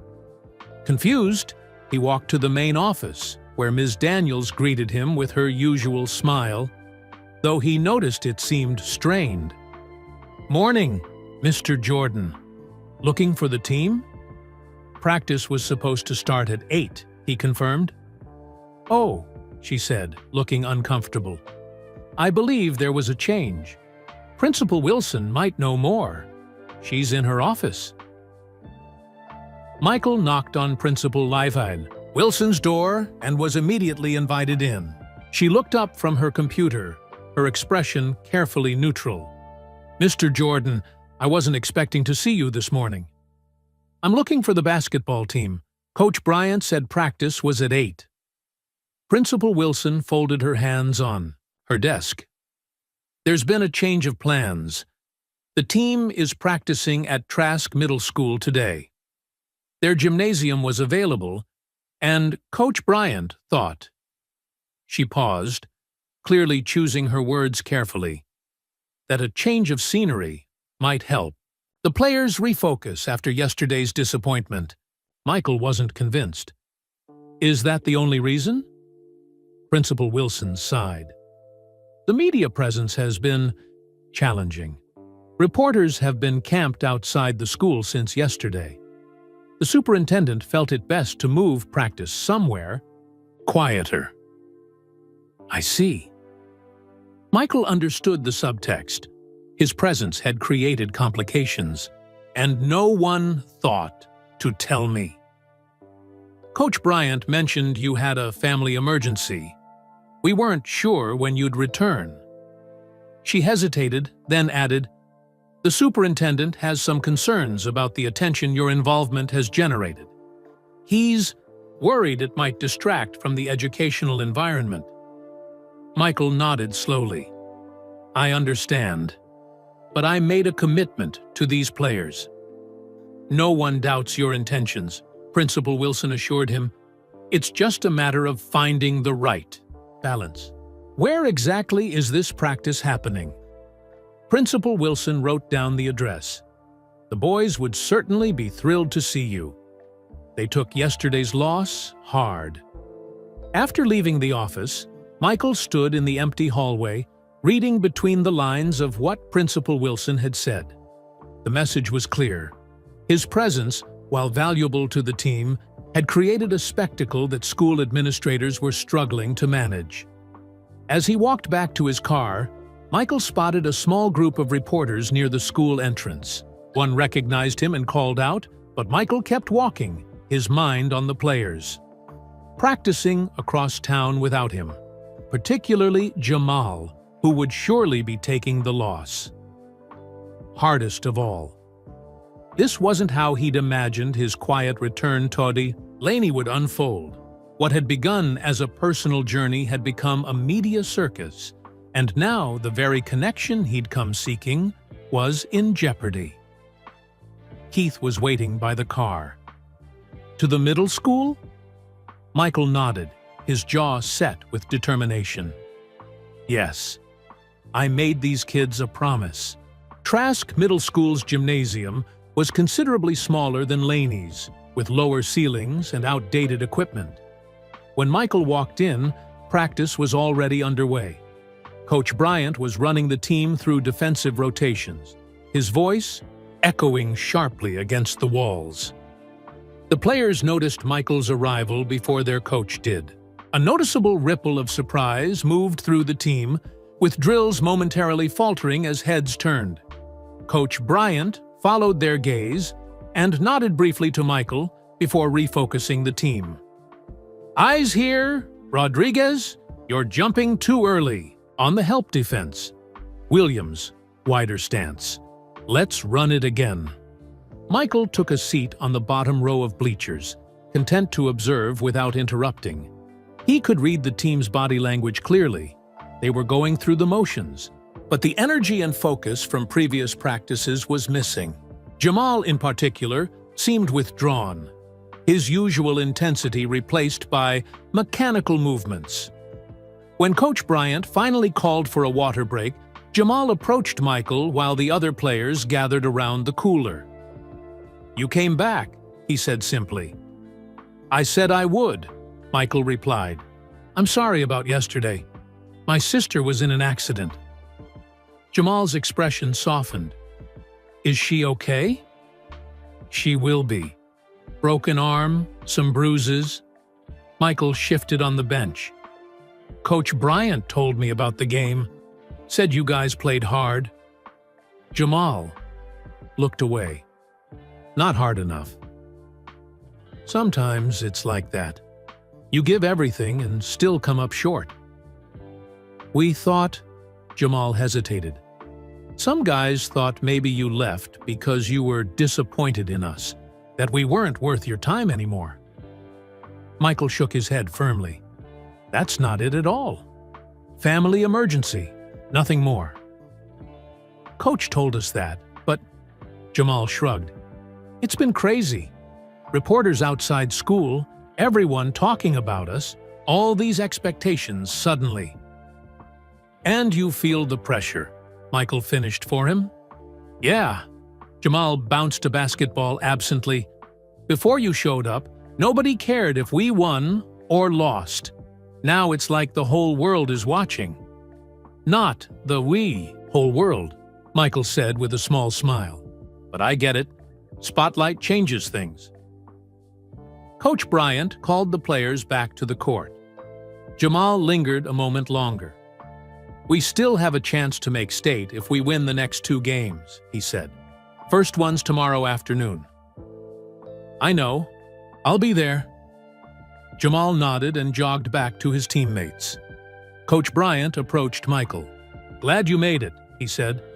Sorry about the location change. Principal Wilson thought.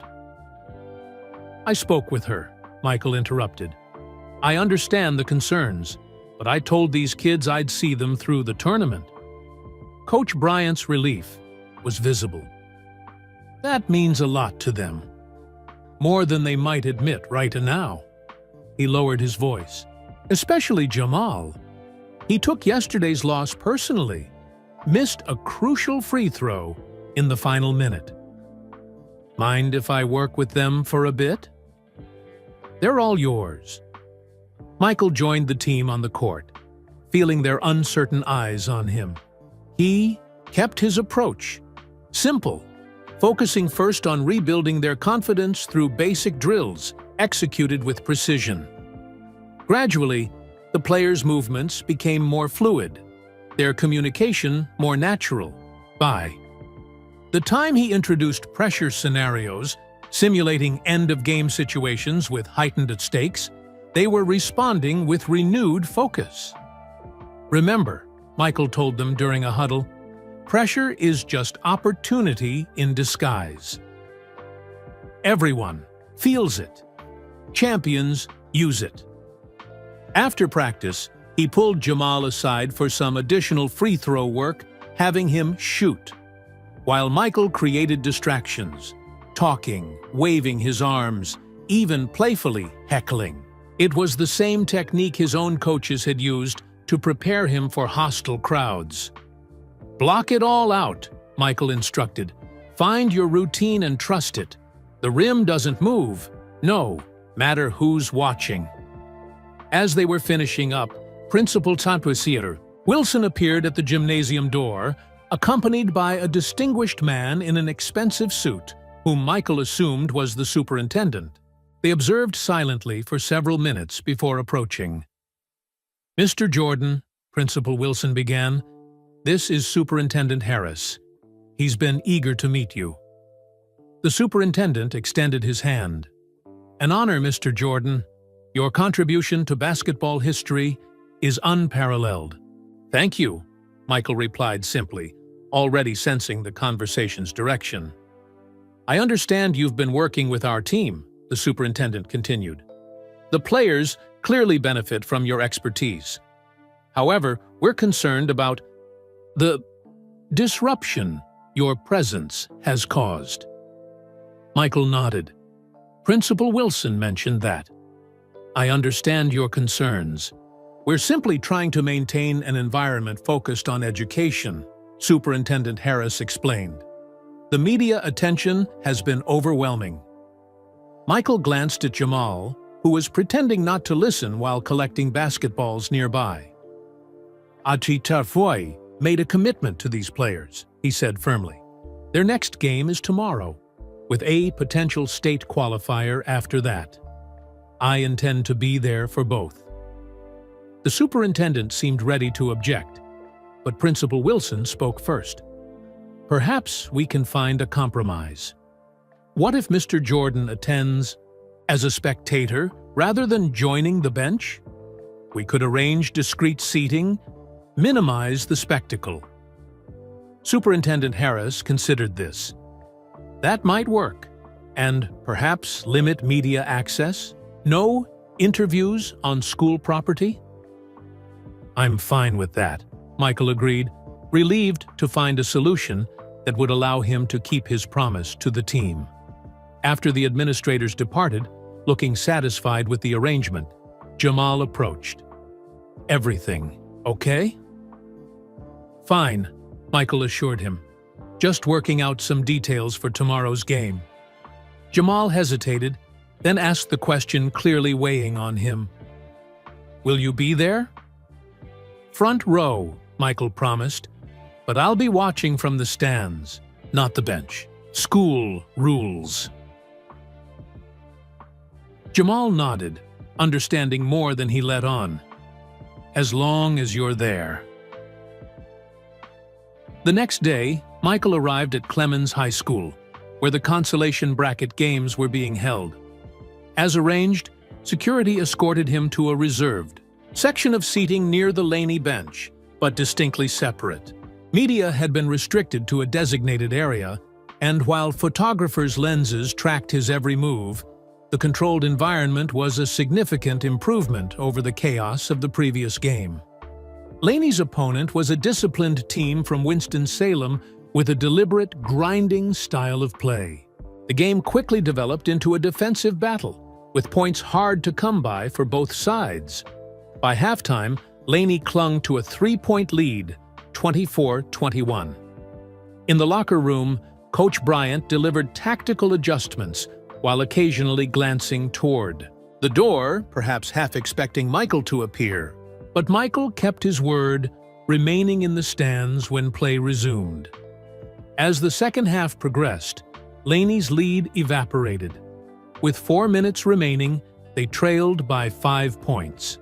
The players looked toward the bench during a timeout, their expressions seeking direction, certainty. From his seat, Michael caught Jamal's eye and gave a single, subtle nod. It was all he could offer from a distance, a reminder of everything they'd practiced, everything they'd discussed about performing under pressure. Something shifted in Jamal's demeanor. When play resumed, he gathered his teammates for a brief huddle before taking the court. Whatever he said seemed to ignite them. Their defensive intensity doubled. Their offensive execution sharpened.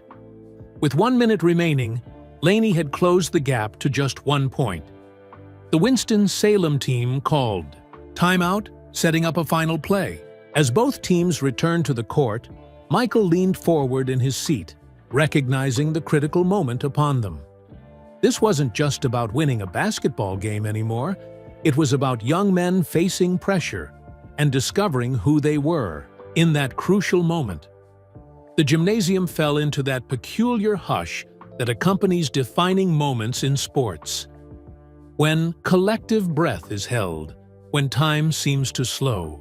Winston-Salem inbounded the ball, working it deliberately around the perimeter as precious seconds ticked away. Laney's defense, positioned exactly as they had practiced, rotated with newfound precision. When Winston-Salem's point guard attempted to drive the lane, he met a perfectly timed help defense from Williams, forcing an off-balance shot that bounced harmlessly off the rim. Jamal secured the rebound and immediately pushed the ball up court. No timeout, no hesitation, just the fluid, instinctive basketball. Michael had been encouraging. With 12 seconds remaining, Laney had possession, down by 1 point. From his seat, Michael watched Jamal orchestrate the offense, seemingly immune to the pressure that had once disrupted his game. The defense collapsed around him as he drove toward the basket, just as Michael had predicted they would. Without forcing the issue, Jamal kicked the ball out to Rodriguez, wide open on the wing. Rodriguez's 3-point attempt seemed to hang in the air forever before dropping cleanly through the net. The Laney supporters erupted as the final buzzer sounded. Laney 58, Winston-Salem 56. As the team celebrated at center court, Jamal broke away from the group, scanning the stands, until he located Michael.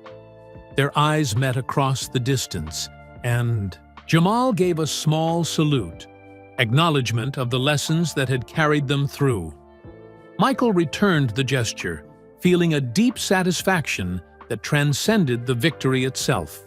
He watched the celebration for a moment longer, then slipped out a side exit to avoid disrupting the team's moment with a media frenzy. Back at his hotel that evening, Michael received a call from Coach Bryant. "Hell of a game," the coach said, without preamble. "That was the team we've been trying to build all season." "They found something important today," Michael agreed. "Confidence in each other." "One more to go. Hampton High tomorrow at 5:00. Win, and we're state-bound." Coach Bryant paused. "The boys were asking if you'd be at practice in the morning." Michael hesitated, thinking of the superintendent's concerns. "What about the school administration?" "I spoke with Principal Wilson. She suggested the practice gym at the community college. No media, no distractions, just basketball." The next morning, Michael met the team at the community college facility. The atmosphere was notably lighter than the previous practice, but still focused. The players moved with renewed purpose, building on the confidence gained from their victory. Michael worked primarily with Jamal on decision-making in crucial moments, reinforcing the choices he'd made in yesterday's game. "You trusted your teammate when it mattered most," he told the young player. "That's leadership." Jamal nodded thoughtfully. "It felt different, like time slowed down and I could see everything more clearly." That's what happens when you stop overthinking and trust your instincts. Michael demonstrated a subtle head fake. Basketball intelligence isn't calculated, it's felt. Coach Bryant joined them, checking his watch. "We should wrap up. Bus leaves for Hampton at 2:30. "I'll meet you there," Michael told them. Same arrangement as yesterday. As the players gathered their gear, Coach Bryant pulled Michael aside. "There's something you should know.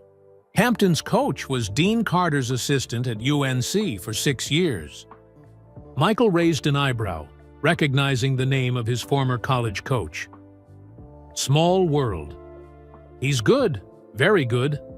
Their defense will be ready for what we showed yesterday." "Then we'll show them something new," Michael replied, with the competitive gleam that had defined his career. After practice, Michael returned to his hotel to review Hampton game footage that Coach Bryant had shared. He was so absorbed in analysis that he almost missed a call from Principal Wilson. "Mr. Jordan, I hope I'm not interrupting." "Not at all." "Principal Wilson, what can I do for you?" "I wanted to personally thank you for respecting our arrangements yesterday. The superintendent was pleased with how everything was handled." "Happy to help," Michael replied. "One more game to go." "About that," she hesitated. "The superintendent and I have been discussing your involvement, and we've had a change of heart. Your mentorship has clearly been transformative for our players. We believe you should be with the team on the bench for this final game, if you're willing." Michael was surprised by the reversal. "What about the media concerns?" "We'll manage them," she said decisively. "Some things are more important." When Michael arrived at Hampton High that evening, the scene was even more chaotic than previous. Games. Word had spread about his involvement with Laney, drawing a capacity crowd and media from across the state. As arranged, security escorted him to the Laney locker room where the team was preparing. His entrance brought the pre-game conversations to an immediate halt. Coach Bryant stepped forward. "Change of plans," he announced. "Mr. Jordan will be joining us on the bench tonight." The players' reactions ranged from surprised grins to solemn nods of appreciation. Jamal, lacing up his shoes in the corner, simply said, "About time." Hampton proved to be every bit the formidable opponent Coach Bryant had described. Their disciplined defense disrupted Laney's rhythm, while their offense executed with machine-like efficiency. By halftime, Laney trailed by 12 points. In the locker room, Coach Bryant outlined tactical adjustments, then turned to Michael. "Anything to add?" Michael stepped to the center of the room. "You're playing like you're afraid to lose." He told them bluntly, "That's not the team I've been working with." He looked at each player in turn. Out there is a team that thinks they've got you figured out. They think they know what you're capable of. They're wrong. He pointed to the door leading back to the court. Show them who you really are. The third quarter began with Laney implementing a defensive adjustment Michael had suggested, a modified trap that forced Hampton's guards away from their preferred spots. The strategy yielded immediate results, creating turnovers that Laney converted into quick points. Offensively, Jamal orchestrated with a newfound patience, finding the seams in Hampton's previously impenetrable defense. The lead gradually shrank. 12 points, then 8, then 5. As the fourth quarter began with Laney down by just 3 points, Michael noticed a subtle shift in the opposing coach's demeanor. The first signs of concern. Hampton called a timeout to adjust, but Laney had found their rhythm and confidence. With 1 minute remaining, the score was tied at 64. Hampton had possession, working the ball methodically. Their center set a screen for their leading scorer, who drove toward the basket. Williams, applying the defensive principle Michael had emphasized in practice, slid over to take a charge. The referee's whistle blew, arm extended toward Laney's. Basket. Offensive foul. Laney's possession. 30 seconds remaining. Coach Bryant started to call a timeout, then caught Michael's subtle head shake and reconsidered. Let them play. Trust them. Jamal brought the ball up court.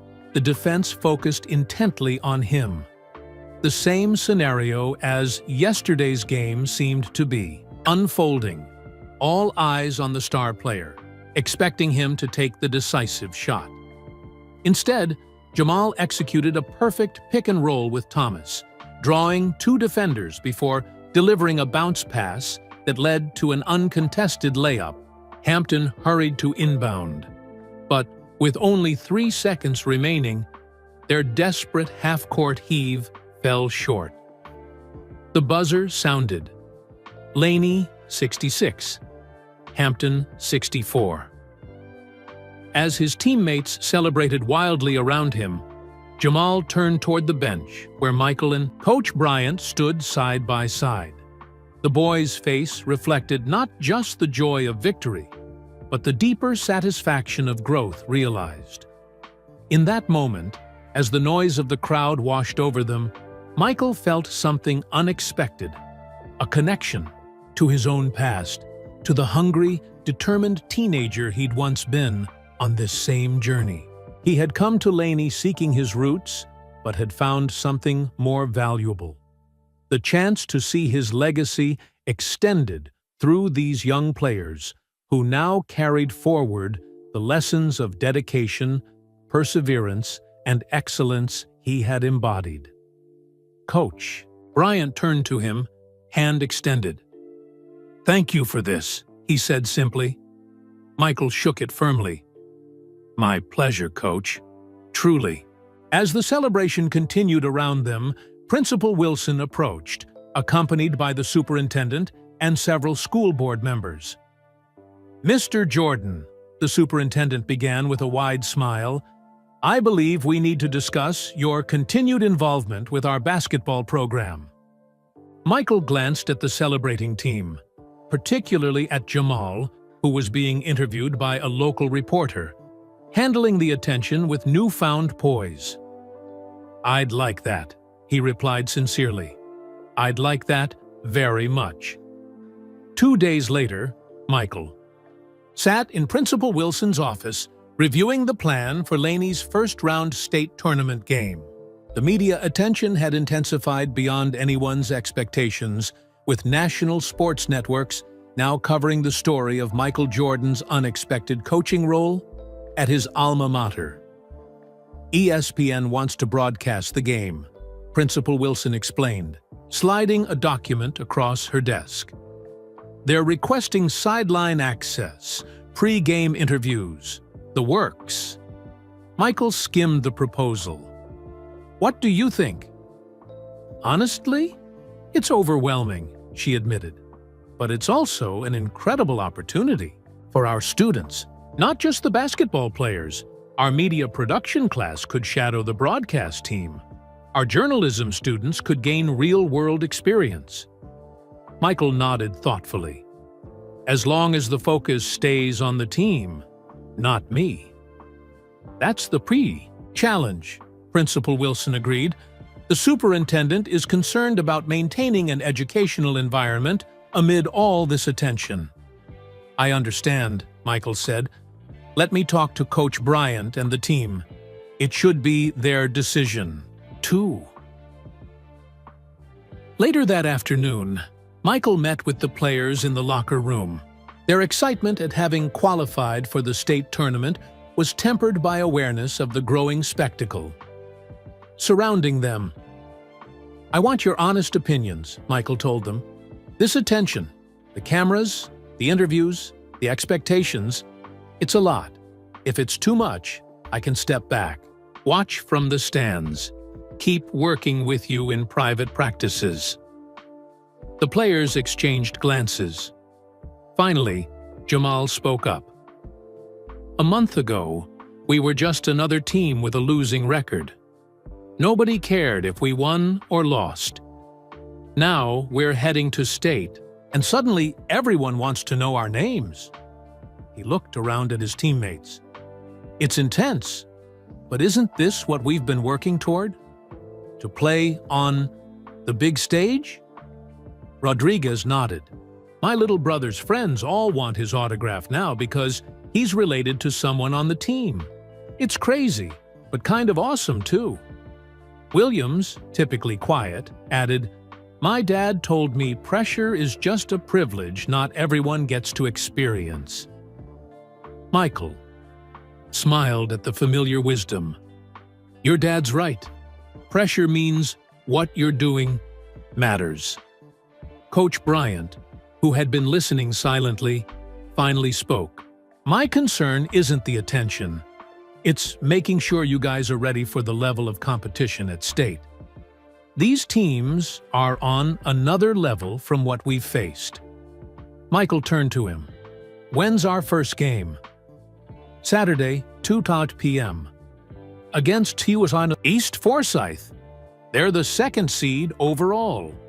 Undefeated this season." A murmur went through the team. East Forsyth's dominance was well known in high school basketball circles throughout the state. "Good," Michael said simply. "The bigger the challenge, the bigger the opportunity."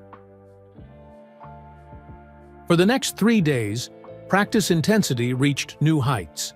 Michael worked closely with Coach Bryant to implement advanced strategies, pushing the players to levels of performance they hadn't known they could achieve.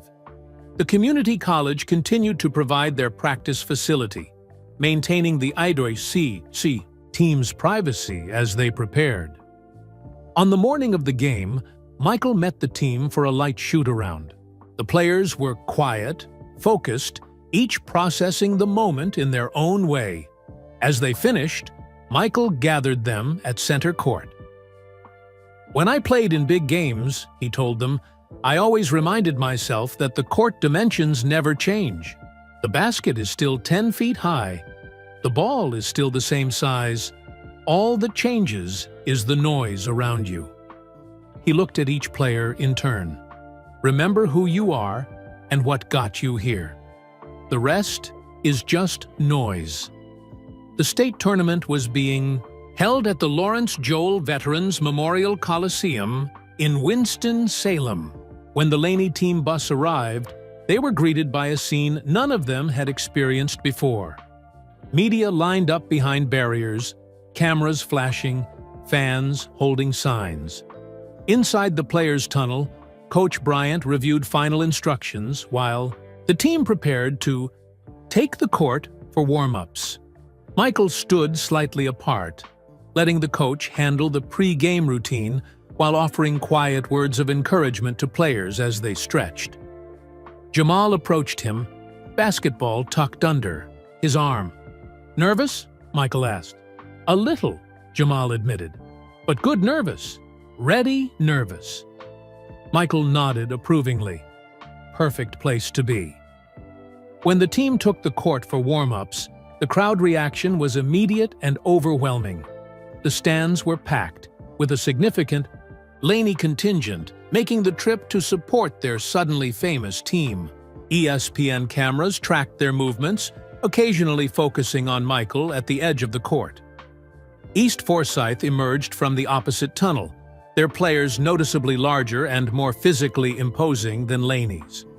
Their warm-up routine displayed the precision and confidence of a team accustomed to dominance. In the locker room before tip-off, Coach Bryant kept his tactical instructions brief. "They're bigger, but we're faster. They expect to win. We need to show them early that we belong here." Michael added, "First 5 minutes, match their intensity. Don't get overwhelmed by the moment. Breathe. Execute. Trust each other."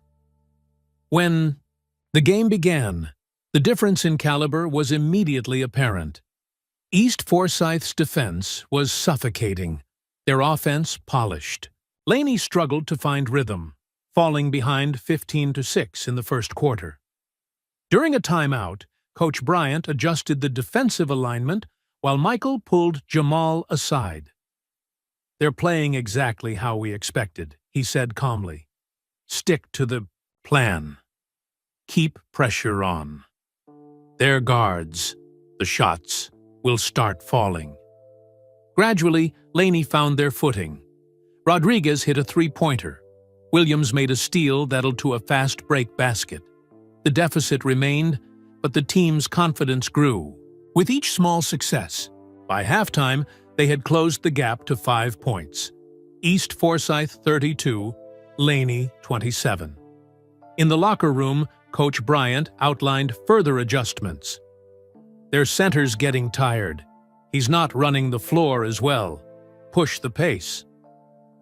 Michael added strategic insights, focusing particularly on defensive positioning. "They're running the same play for their shooter coming off the double screen.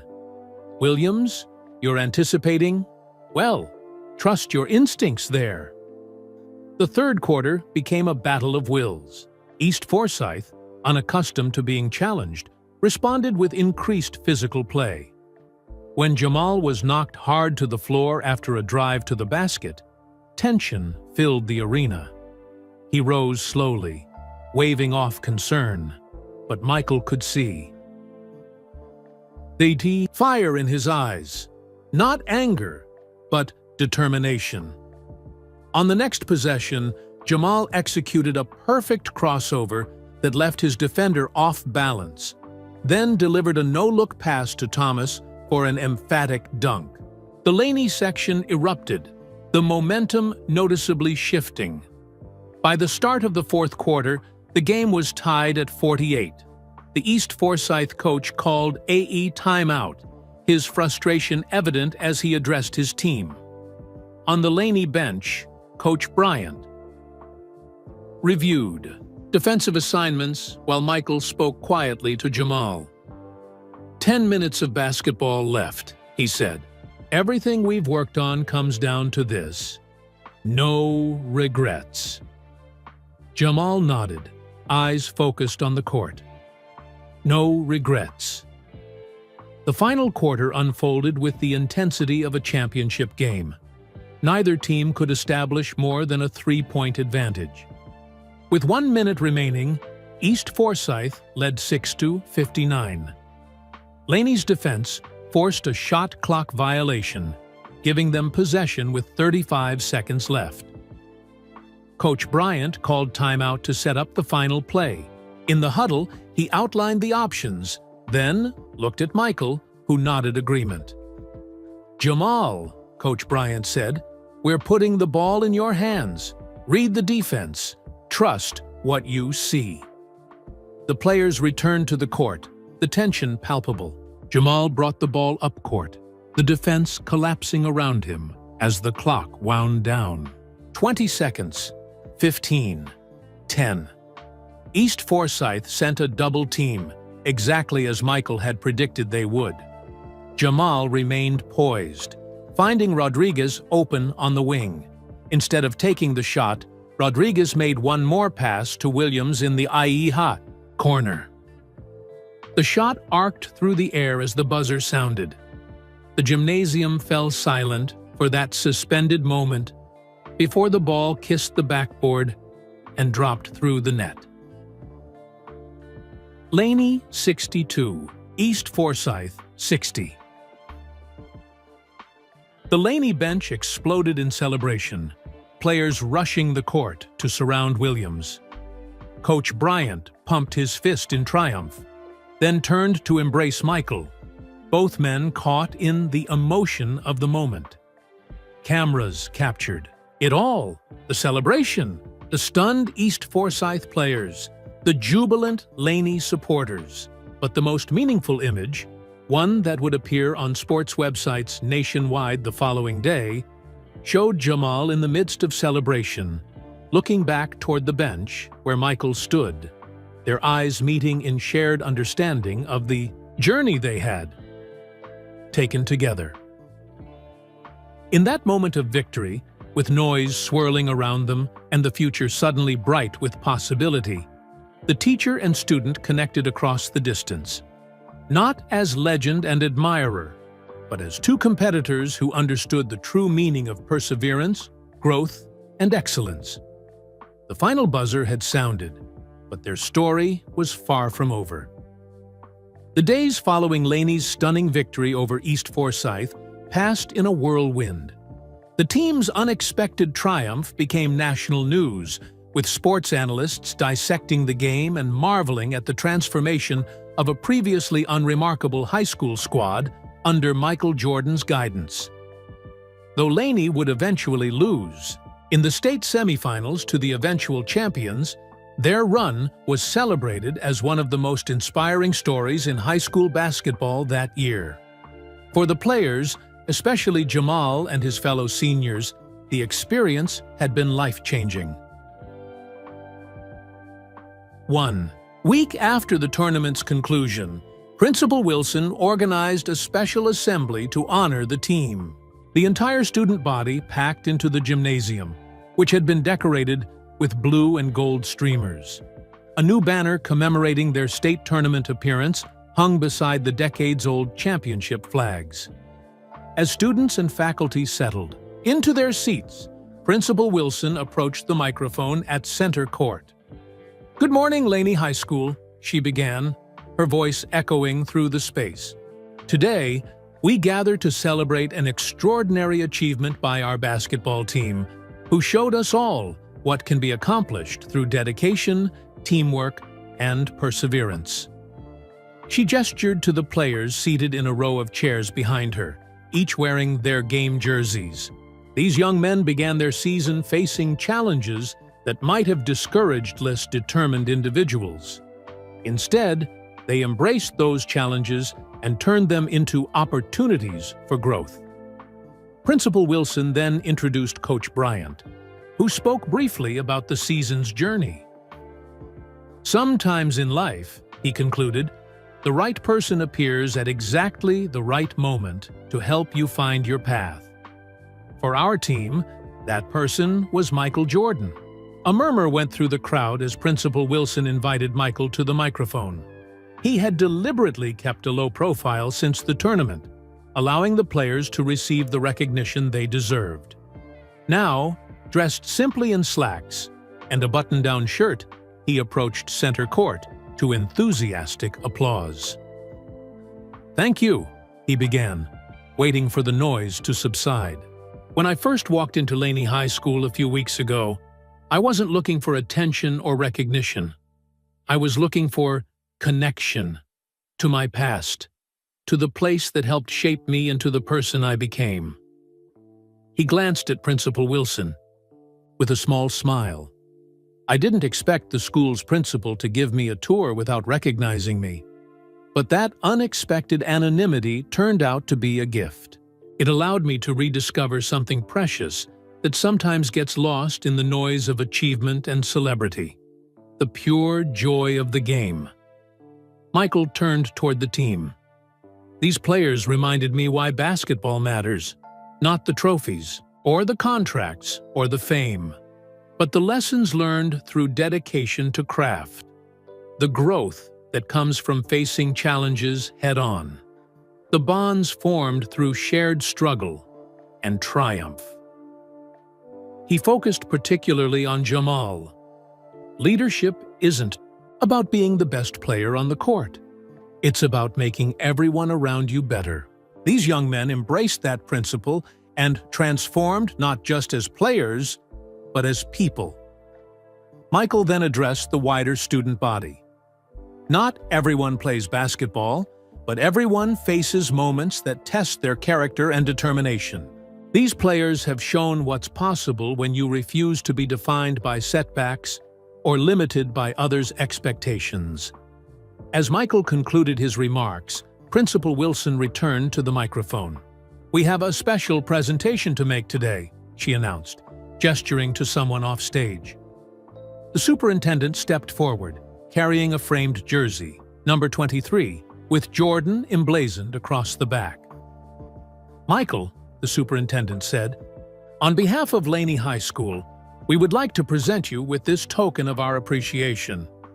Your jersey has hung in our trophy case for decades, but this new one symbolizes not just your past achievements, but your continuing legacy through the lives you've touched."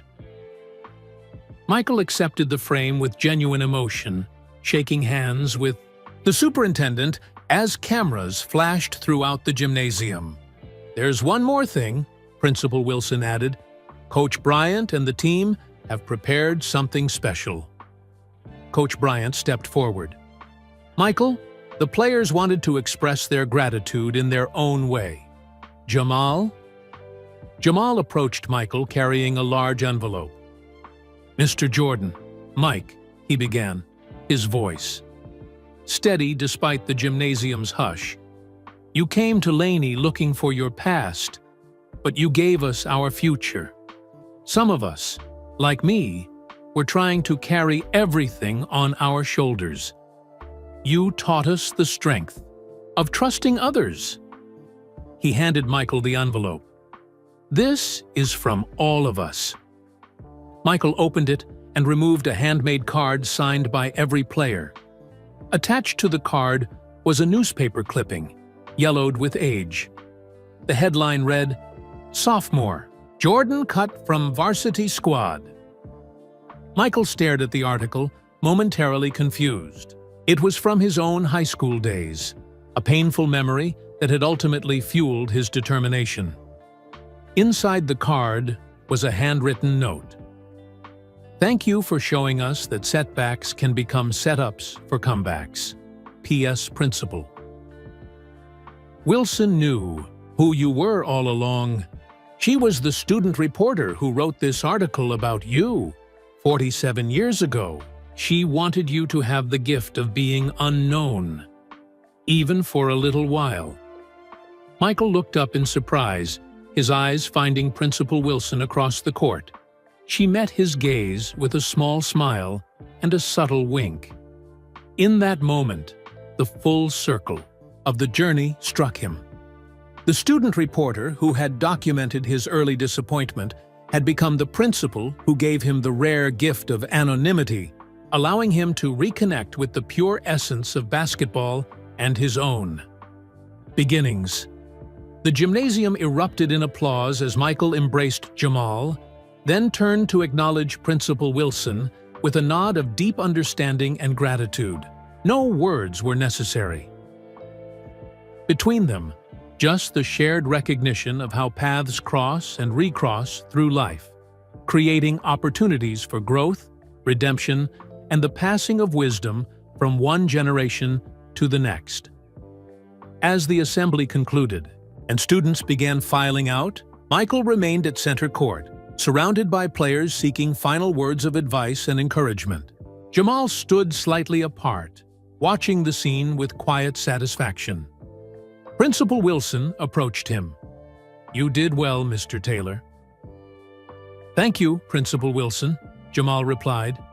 For everything. She smiled. Sometimes the greatest lessons come from unexpected teachers. Remember that when you're at UNC next fall. Jamal's eyes widened. How did you? The acceptance letter arrived this morning. Full basketball scholarship. She nodded toward Michael. I thought you might want to tell him yourself. As principal, Wilson walked away. Jamal looked toward Michael, who was still engaged with the younger players. The journey had come full circle indeed. Not just for Michael Jordan returning to his roots, but for Jamal Taylor taking the first steps toward his future, carrying forward the lessons of perseverance, leadership, and excellence that defined the legend who had once walked these same halls, faced these same doubts, and transformed them into greatness. Thanks for listening. So, where are you watching from today? Drop your location in the comments below. If you enjoyed Michael Jordan's heartwarming story of reconnection and mentorship, please hit that like button to help spread this message of kindness and perseverance to more viewers. And if you want to see more inspiring stories like this one, click on the video appearing on your screen right now. It's filled with more uplifting moments that will brighten your day. Remember, sometimes the greatest gifts come when we're not recognized for who we are, but for who we help others become. See you in the next video.